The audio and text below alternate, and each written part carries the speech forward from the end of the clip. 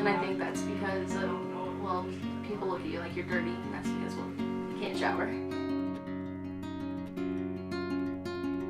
I'd say affordable housing is a number one for being able to transition more people out of homelessness.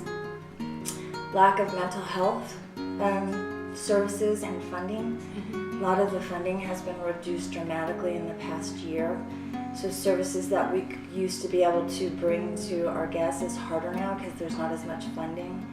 And if we can't treat our mentally ill and those who are addicted, they cannot get better. So we need more and better and way more accessible of that. And then the other thing that really causes some challenges is transportation here.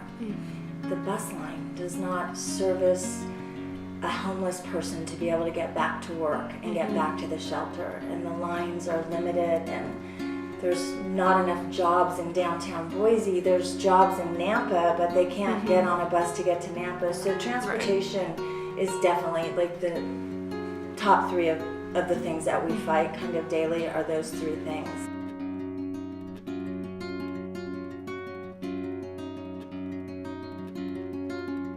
It's very dangerous for our homeless population to try and survive on the street because of the cold weather.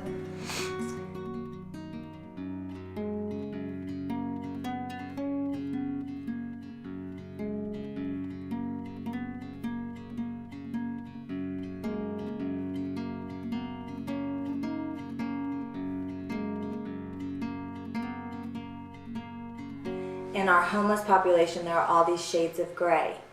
And what might work for one homeless person won't necessarily work for another. And so we have to be open to offering different types of shelter for different types of people. And I believe criminalizing homelessness is just feeding into that whole negative cycle. So you're homeless. You just got a ticket for being homeless. You didn't pay the ticket. Now you have a fine. And now you have a warrant. And now you're going to jail for 3 days. And the cost just in the court system is tremendous. So.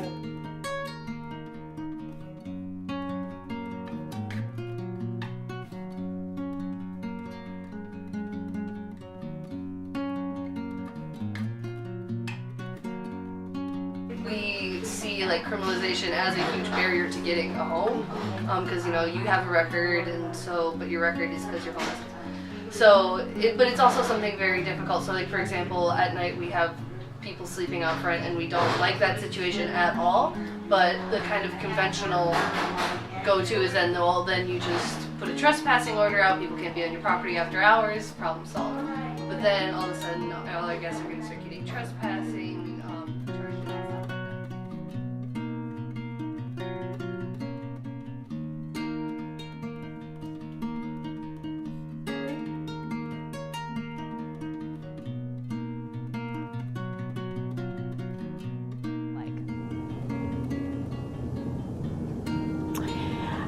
It's very interesting because the people that we help are in homelessness not because they want to be, and they are all willing to help themselves get out of homelessness.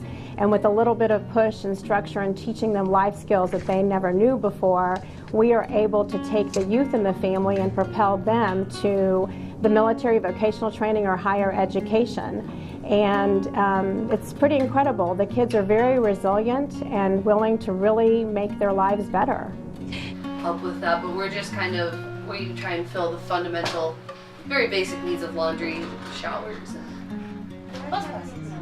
Being able to give people back their usefulness will in fact make them get better on every level. They'll seek out,